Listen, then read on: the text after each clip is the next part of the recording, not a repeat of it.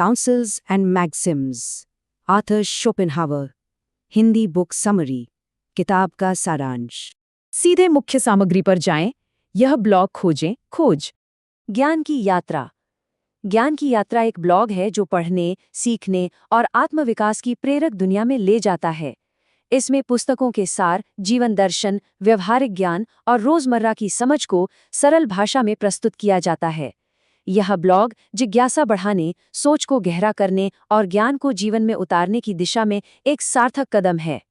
Councils and Maxim's, Arthur Schopenhauer, Hindi book summary, किताब का सारांश। लिंक पाएं फेसबुक, एक्स, पिंटरेस्ट, ईमेल, दूसरे ऐप। मार्च 06, 2026। आर्थर शोपेनहावर की काउंसल्स एंड मैक्सिम्स एक पारंपरिक आत्म सहायता पुस्तक नहीं है। यह मानव जीवन का एक दार्शनिक मानचित्र है। इसके भ्रम, इसके जाल, इसके शांत आनंद और इसे जीने के लिए आवश्यक आंतरिक अनुशासन। शोपेनहावर ने मानव स्वभाव को बिना किसी भावुकता के फिर भी समझदारी से जीने के तरीके के प्रति गहरी चिंता के साथ स्पष्टता से लिखा है। ये विस्तृत सारांश प्रत्येक अध्याय का गहन विश्लेषण करता है, जिसमें शोपेनहावर के विचारों को आधुनिक चिंतन के साथ पिरोया गया है। अध्याय 1, सामान्य नियम। शोपेनहावर एक मूलभूत दावे से शुरुआत करते हैं। हमारी खुशी का सबसे बड़ा निर्धारक हमारा आंतरिक स्वभाव है। बाहरी परिस्थितियां, धन, प्रतिष्ठा, प्रशंसा अस्थिर और अक्सर भ्रामक होती हैं। वास्तव में हमारे अनुभव को आकार देने वाली चीज हमारे मन की गुणवत्ता है, हमारा स्वभाव, हमारी विचार करने की आदतें, शांत रहने की हमारी क्षमता। आंतरिक जीवन की प्रधानता। उनका तर्क है कि लोग अक्सर बाहरी सुख सुविधाओं के पीछे भागते हैं, जबकि उन आंतरिक परिस्थितियों को नज़रअंदाज कर देते हैं जो सुख को संभव बनाती हैं। एक बेचैन मन विलासिता में भी बेचैन रहेगा। एक शांत मन साधारण परिस्थितियों में भी संतोष पा सकता है। इच्छाओं को सीमित करने की कला। शोपेनहावर के अनुसार इच्छा ही दुख का मूल कारण है। हर इच्छा हमारे पास जो है और जो हम चाहते हैं उसके बीच एक खाई पैदा करती है। एक इच्छा पूरी होते ही दूसरी जन्म ले लेती है। बुद्धिमान व्यक्ति अनावश्यक इच्छाओं को बलपूर्वक नहीं बल्कि उनकी निरर्थकता को समझकर कम करना सीखता है। बुद्धिमत्ता की एक रूप के रूप में संयम। शोपेनहावर महत्वाकांक्षा, सुख या भावना किसी भी तरह की अति के प्रति बार बार चेतावनी देते हैं। अति से अस्थिरता उत्पन्न होती है। इसके विपरीत संयम एक स्थिर जीवन लय बनाता है जो हमें नाटकीय उतार चढ़ाव से बचाता है। स्वतंत्रता और आत्मनिर्भरता, वो ऐसे जीवन को अपनाने के लिए प्रोत्साहित करते हैं जो दूसरों की स्वीकृति या सहयोग पर अत्यधिक निर्भर न हो। ऐसा इसलिए नहीं कि लोग बुरे हैं, बल्कि इसलिए कि उन पर निर्भर रहने से निराशा ही हाथ लगती है। स्वतंत्रता अलगाव नहीं है, ये अपने स्वयं के मानसिक आधार पर खड़े होने की स्वतंत्रता है। सादगी का महत्व। शोपेनहावर का मानना है कि अनावश्यक जटिलताओं से मुक्त सरल जीवन चिंतन, रचनात्मकता और शांति के लिए स्थान बनाता है। जटिलता अक्सर समृद्धि का आभास कराती है, लेकिन आमतौर पर यह चिंता ही लाती है। यह अध्याय इस बात का आधार तैयार करता है, बुद्धिमत्ता का अर्थ अधिक हासिल करना नहीं, बल्कि कम चीजों की आवश्यकता होना है। अध्याय 2, स्वयं से हमारा संबंध। यह अध्याय आंतरिक जगत का गहन अन्वेषण है। शोपेनहावर का मानना है कि हमारे जीवन का सबसे महत्वपूर्ण रिश्ता स्वयं से हमारा रिश्ता होता है। आत्मज्ञान ही ज्ञान का आधार है। उनका मानना है कि अपनी प्रकृति को समझना, अपनी ताकत, कमजोरियों, प्रवृत्तियों और सीमाओं को जानना अत्यंत आवश्यक है। कई लोग आत्मधोखे में जीते हैं, अपनी क्षमताओं को बढ़ा चढ़ाकर आंकते हैं या अपनी कमियों को नकारते हैं। इससे निराशा और गलत निर्णय होते हैं। एकांत एक दर्पण के रूप में। शोपेनहावर ने एकांत की जमकर प्रशंसा की है। उनका तर्क है कि समृद्ध आंतरिक जीवन वाला व्यक्ति अकेले रहना पसंद करता है, क्योंकि एकांत चिंतन, कल्पना और आत्मनवीकरण के लिए एक स्थान बन जाता है। जो लोग एकांत से डरते हैं, अक्सर इसलिए क्योंकि वे स्वयं की संगति सहन नहीं कर पाते। विचार का अनुशासन।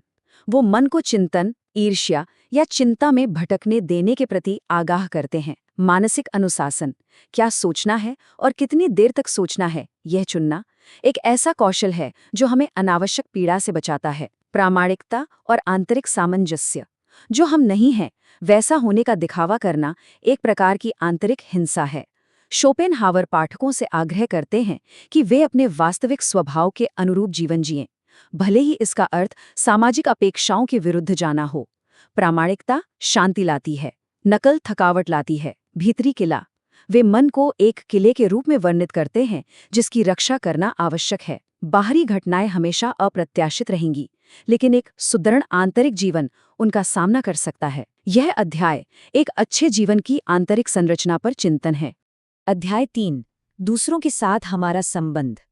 शोपेनहावर का सामाजिक जीवन के प्रति दृष्टिकोण यथार्थवादी है, कभी कभी कठोर भी होता है, लेकिन हमेशा मनोवैज्ञानिक अंतर्दृष्टि पर आधारित होता है। मानवीय अच्छाई की सीमाएं। उनका तर्क है कि अधिकांश लोग स्वार्थ से प्रेरित होते हैं, न कि द्वेष से। दूसरों से अत्यधिक अपेक्षा रखना, वफादारी, उदारता, निरंतरता हमें निराशा की ओर ले जाता है। इसे समझना हमें स्वस्थ अपेक्षाएं बनाने में सहायक होता है। सीमाएं सुरक्षा के रूप में। उनका कहना है कि अत्यधिक घनिष्ठता अक्सर अनादर की ओर ले जाती है। एक निश्चित दूरी बनाए रखना गरिमा को बनाए रखता है और अनावश्यक संघर्षों को रोकता है। सीमाएं बाधाएं नहीं हैं, वे ऐसी संरचनाएं हैं जो रिश्तों को सुचारू रूप से चलने देती हैं। मित्रता और चयनशीलता। सच्ची दोस्ती दुर्लभ होती है। शोपेनहावर सलाह देते हैं कि साथियों का चुनाव सोच समझकर करें, संख्या से अधिक गुणवत्ता को महत्व दें। कुछ भरोसेमंद दोस्त जान पहचान वालों की भीड़ से कहीं अधिक मूल्यवान होते हैं। संघर्ष से बचना। वे कहते हैं कि बहस से शायद ही कभी लोगों की सोच बदलती है, अक्सर यह अहंकार की लड़ाई में बदल जाती है। बुद्धिमान व्यक्ति अनावश्यक विवादों से बचता है, कायरता के कारण नहीं, बल्कि इस समझ के कारण कि शांति विजय से कहीं अधिक मूल्यवान है। प्रतिष्ठा और सामाजिक धारणा। हालांकि आंतरिक चरित्र सर्वोपरि है, शोपेनहावर मानते हैं कि प्रतिष्ठा व्यावहारिक जीवन के अवसरों, विश्वास और सामाजिक प्रतिष्ठा को प्रभावित करती है। वे सार्वजनिक राय के प्रति जुनूनी हुए बिना अपनी प्रतिष्ठा की रक्षा करने की सलाह देते हैं। यह अध्याय सामाजिक जीवन में स्पष्टता और आत्मसम्मान के साथ आगे बढ़ने के लिए एक मार्गदर्शिका है। अध्याय 4, सांसारिक भाग्य। यहाँ शोपेनहावर हमारे जीवन को आकार देने में संयोग, भाग्य और बाहरी परिस्थितियों की भूमिका का विश्लेषण करते हैं। जीवन की अनिश्चितता। वे इस बात पर जोर देते हैं कि हमारे जीवन में जो कुछ भी घटित होता है, सफलता, अवसर, उसमें भाग्य का बहुत बड़ा योगदान होता है। इस बात को समझने से सफलता में अहंकार और असफलता में निराशा से बचा जा सकता है। विपरीत परिस्थितियों के लिए तैयारी करना। जीवन अनिश्चितताओं से भरा है। शोपेनहावर कठिनाइयों की अपेक्षा करके लचीलापन विकसित करने का सुझाव देते हैं। इसका अर्थ निराशावाद नहीं, बल्कि यथार्थवाद है। जब विपत्ति आती है तो हम उससे भयभीत नहीं होते। संतोष एक कौशल के रूप में। उनका तर्क है कि संतोष एक निष्क्रिय अवस्था नहीं, बल्कि एक सक्रिय अभ्यास है। इसमें हमारे पास जो कुछ है उसकी सराहना करना, ईर्ष्या का विरोध करना और यह समझना शामिल है कि अधिक होना हमेशा बेहतर नहीं होता। धन की सीमाएं। पैसा आराम और सुरक्षा प्रदान कर सकता है, लेकिन एक निश्चित सीमा के बाद ये खुशी नहीं बढ़ाता। शोपेनहावर आंतरिक लाभ के लिए बाहरी लाभ का त्याग करने के खिलाफ चेतावनी देते हैं। अनुकूलन क्षमता। बदलती परिस्थितियों के अनुरूप ढलने की क्षमता एक प्रकार की बुद्धिमत्ता है। कठोर योजनाएं अक्सर दबाव में विफल हो जाती हैं। लचीला दिमाग परिस्थितियों के अनुसार ढल जाता है और टिके रहता है। ये अध्याय त्याग के बिना स्वीकृति और भ्रम के बिना महत्वाकांक्षा सिखाता है। अध्याय 5, जीवन के युग। अंतिम अध्याय में शोपेनहावर इस बात पर विचार करते हैं कि जीवन काल के दौरान मानवीय प्राथमिकताएं कैसे विकसित होती हैं। युवावस्था, भ्रम का युग। उनका कहना है कि युवा लोग जुनून, महत्वाकांक्षा और कल्पना से प्रेरित होते हैं। वे मानते हैं कि दुनिया संभावनाओं से भरी है और खुशी बाहरी उपलब्धियों में निहित है। ये आशावाद स्वाभाविक है, लेकिन अक्सर अवास्तविक होता है। मध्य युग, वास्तविकता का युग। मध्य आयु आते आते भ्रम दूर होने लगते हैं। लोग अपनी सीमाओं, दुनिया की प्रकृति और अपने फैसलों के परिणामों को समझने लगते हैं। यह अवस्था स्पष्टता लाती है, लेकिन साथ ही यथार्थवाद का गंभीर बोध भी कराती है। वृद्धावस्था, चिंतन की आयु। बुढ़ापे में भावनाएं शांत हो जाती हैं और मन अंतर्मुखी हो जाता है। शोपेनहावर इसे ज्ञान, शांति और वैराग्य का समय मानते हैं। बाहरी दुनिया का महत्व कम हो जाता है, आंतरिक शांति ही सर्वोपरि लक्ष्य बन जाती है। प्रत्येक चरण की सुंदरता। वो बुढ़ापे को महिमा मंडित नहीं करते, लेकिन उनका सुझाव है कि हर अवस्था के अपने फायदे हैं। जवानी ऊर्जा लाती है, अधेड़ उम्र समझदारी लाती है और बुढ़ापा परिप्रेक्ष्य प्रदान करता है। यह अध्याय समय, विकास और मानवीय इच्छा की बदलती प्रकृति पर एक दार्शनिक चिंतन है। एकीकरण सूत्र, आंतरिक स्वतंत्रता का दर्शन, सभी अध्यायों में शोपेनहावर का संदेश सुसंगत है। खुशी एक आंतरिक अवस्था है, बाहरी उपलब्धि नहीं। कष्ट अपरिहार्य है, लेकिन अनावश्यक कष्ट को कम किया जा सकता है। मानवीय स्वभाव को समझने में ही बुद्धिमत्ता निहित है, चाहे वो हमारा अपना हो या दूसरों का। एक अच्छा जीवन स्पष्टता, संयम और आंतरिक शक्ति पर आधारित होता है। उनका दर्शन आनंददायक नहीं है, लेकिन मुक्तिदायक है। ये हमें भ्रमों से, झूठी अपेक्षाओं से और बाहरी मान्यता की थका देने वाली खोज से मुक्त करता है। लिंक पाएं: फेसबुक, एक्स, पिंटरेस्ट, ईमेल, दूसरे ऐप। टिप्पणियां: एक टिप्पणी भेजें। टिप्पणी करने के लिए नीचे दिए गए बटन पर क्लिक करके गूगल खाते से साइन इन करें। गूगल खाते से साइन इन करें।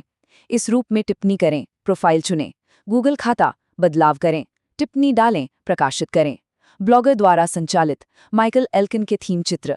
प्रफुल्ल शर्मा। प्रफुल्ल आजीवन सीखने के प्रति समर्पित हैं, पढ़ने का आनंद लेते हैं और विकास और आत्मखोज को प्रेरित करने की इसकी क्षमता के लिए कहानी कहने को महत्व देते हैं। जिज्ञासा से प्रेरित होकर प्रफुल्ल क्लाउड कंप्यूटिंग, एआई, वितरित सिस्टम, उत्पादकता, व्यवसाय, संचार, व्यवहार, अनुशासन, संबंध, दर्शन, महत्वपूर्ण सोच, स्वयं सहायता, नेतृत्व, सॉफ्टवेयर इंजीनियरिंग, प्रौद्योगिकी और प्रबंधन सहित विषयों की एक विस्तृत श्रृंखला का पता लगाते हैं। व्यवहारिक अंतर्दृष्टि और विचारशील प्रतिबंबों को साझा करके प्रफुल्ल दूसरों को गंभीर रूप से सोचने, अपनी क्षमता विकसित करने और सार्थक कार्रवाई के साथ ज्ञान को जोड़ने के लिए प्रोत्साहित करते हैं। चाहे आख्यानों के माध्यम से हो या चर्चाओं के माध्यम से, प्रफुल्ल का रचनात्मक और सहानुभूतिपूर्ण दृष्टिकोण हर बातचीत में बुद्धि और प्रेरणा लाता है। प्रोफाइल देखें। संग्रहित करें: मई 2026, 5 अप्रैल 2026, 33 मार्च 2026, 34 फरवरी 2026, 32 जनवरी 2026, 33 दिसंबर 2025, 32 नवंबर 2025, 31 अक्टूबर 2025, 32 सितंबर 2025, 37 अगस्त 2025, 35 जुलाई 2025, 34 जून 2025, 32 मई 2025, 30 अप्रैल 2025, 31। ज़्यादा दिखाएं, कम दिखाएं। बुरे बर्ताव की शिकायत करें,